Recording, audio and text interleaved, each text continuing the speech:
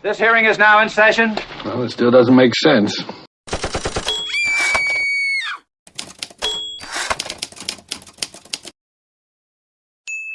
HBR Talk with Hannah Wallen.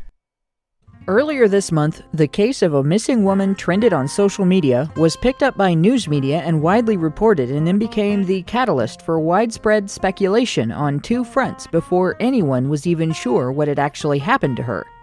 Women's advocates initially used the case as political fodder, throwing out slogans about domestic violence and citing statistics from biased feminist research to imply that men commonly abuse and kill their female partners. Then, the video from a police encounter with the woman and her boyfriend became public, showing that in at least one incident, she was the aggressor. Suddenly, the Gabby Petito case didn't fit so neatly into male-demonizing narratives anymore. While that didn't stop the first topic of gossip, it did set off another one that, for a while, became dominant. Cue speculation on what news anchor Gwen Ifill dubbed Missing White Woman Syndrome in a discussion at the 2004 Unity Journalists of Color conference. The phrase represents an allegation of disproportionate media coverage of missing persons cases, favoring young, white, middle, or upper-class women or girls while neglecting all other types of cases. Are any of these approaches legitimate?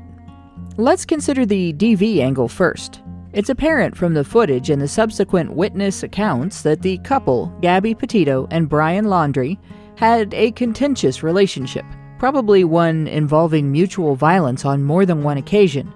Obviously, that never excuses homicide, but the condition of being inexcusable doesn't stop homicide from happening, and it can be enough of a causative factor to merit addressing it for the sake of prevention. Research we mentioned last week is relevant here. In their report, Differences in Frequency of Violence and Reported Injury Between Relationships with Reciprocal and Non-Reciprocal Intimate Partner Violence, Daniel J. Whitaker and his team analyzed data from a longitudinal study of U.S. adults aged 18 to 28 years, which contained information about partner violence and injury reported by 11,370 respondents in 18,761 heterosexual relationships. While most of these relationships were non-violent, of the nearly 24% that had some violence, 49.7% were reciprocally violent. That reciprocity was associated with more frequent violence among women, but not men, and in non-reciprocally violent relationships, women were the perpetrators in more than 70% of the cases. This indicates a higher overall incidence of perpetration among women. However, men were more likely to inflict injury than were women, and reciprocal intimate partner violence was associated with greater injury than was non-reciprocal intimate partner violence, regardless of the gender of the perpetrator.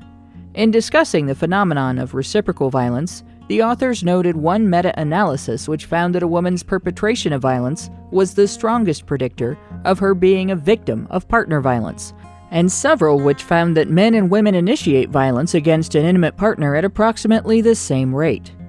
Confronted with these facts, feminists respond by calling men's response to female-perpetrated domestic violence disproportionate and unethical, and suggest that more advocacy against male violence is the answer. But how does that work in a society that already has a compelling social and legal taboo against male-perpetrated violence against women? If a one-sided response to perpetration was going to be effective, wouldn't this same one-sided approach have prevented it in the first place?